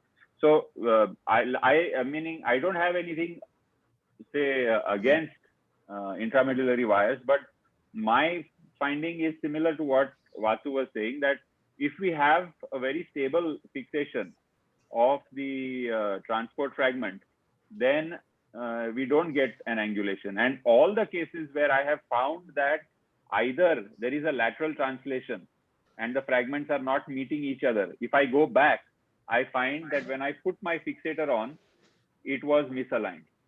If I put my fixator on well aligned and stable, then it will always come down. So I have generally found that that has been the case, that I myself was at fault when there was translation. Unless in rare cases there's a lot of fibrous tissue and all that, that's different. But otherwise, that was what I found.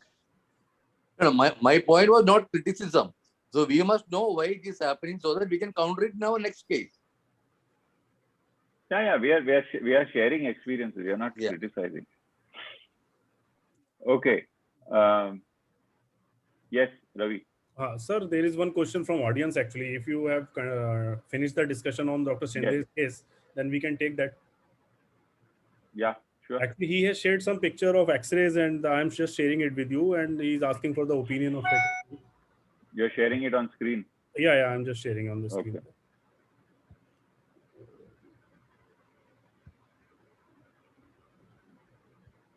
Who is the surgeon? Yeah, I'm just sharing it, sir. He is Dr. Navjot Singh from Punjab, and he has received this case with a 30-year-old male of road traffic accident, and distal neurovascular status is intact. So he's asking for the opinion of faculty that what should be the plan, and he's also asking for whether he should go for Ilizarov or whether for the rail fixator, and what are the pros and cons, and what should be the plan of management.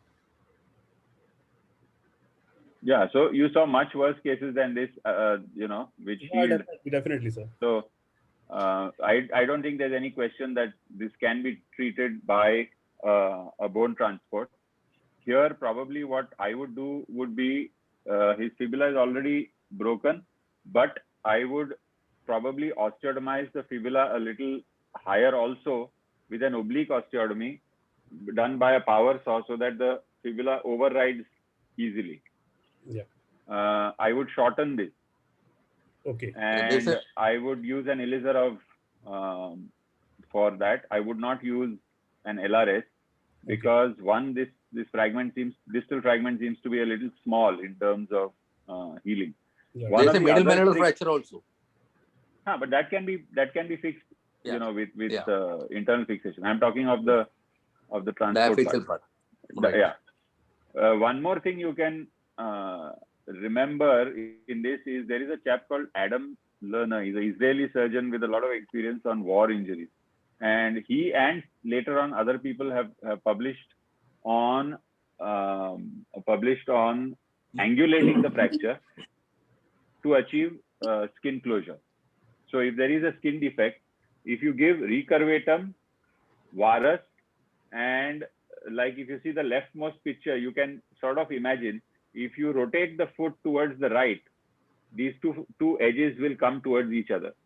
Yeah. So a combination of varus, recurvatum, and rotation, you can get skin edges apposed without too much of tension. And that's one more reason for using the Ilizarov, that I can then angulate it like that if I need, and then gradually straighten it out again. The other approach would be excise, what Amar was talking of, excise, make it transverse, shorten it, and lengthen from a proximal side. Harshad says excision of fracture, acute docking, Ilizarov, corticotomy, and limb lengthening. That is my I prefer for all this. I prefer this to bone transport. Yeah, when there are small gaps, less than 3, 4, 5 centimeters, you can always acutely dock them, because that takes away all your issues of fibrous tissue ingrowth and getting the freshening the bone ends. Amar, for something like this, would you do acute docking or not? Yes, sir. Yes. Yes. So you're not only a proponent of transport, you do believe in acute docking and lengthening sometimes. When we do acute docking, in such case, we should give compensation in foot so that patient Yeah. walks without lust. That is most Yeah. important. And if we do acute docking for more than say 4-5 centimeter, even I apply at times a dummy ring, Yeah. so that patient can walk full weight bearing from day one. All right. Good. Okay. Any other opinion? Even docking will avoid soft tissue surgeries. Yes. Initially, if you do adequate debridement, vac, and docking, it may avoid the flap and other surgeries. Later on, once the fracture united, you can go for lengthening. Yeah. Okay. Thank you, sir. So essentially, those are the two components, Thank two approaches. One is do a sort of angulation, and other is excise, shorten, close the soft tissue. So you should not need any kind of particular plastic surgery or anything for this case, at least. Thank you, sir. Thank you. All right. So I think we are 2 Yes, hours. That is the limit of We have already passed. a good webinar. Yeah. But we started a little late. Yeah, definitely, sir. Definitely. We started a little late. We had a very good discussion, sir. Yeah. All right.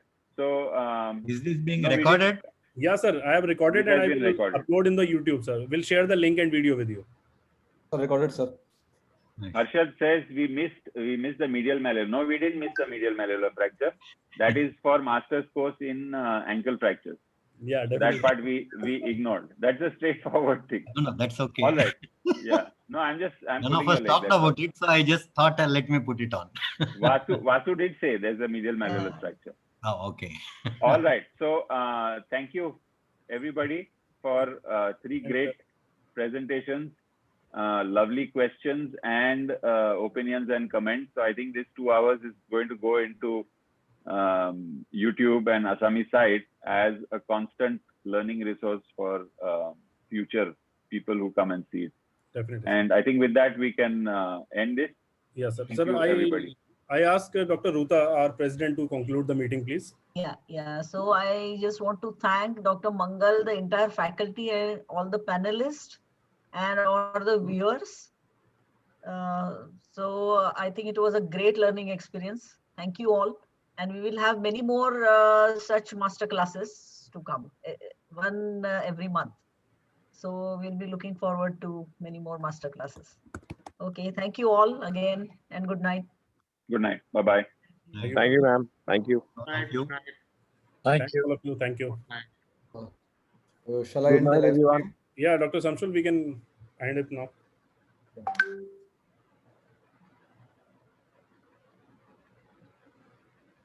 We have a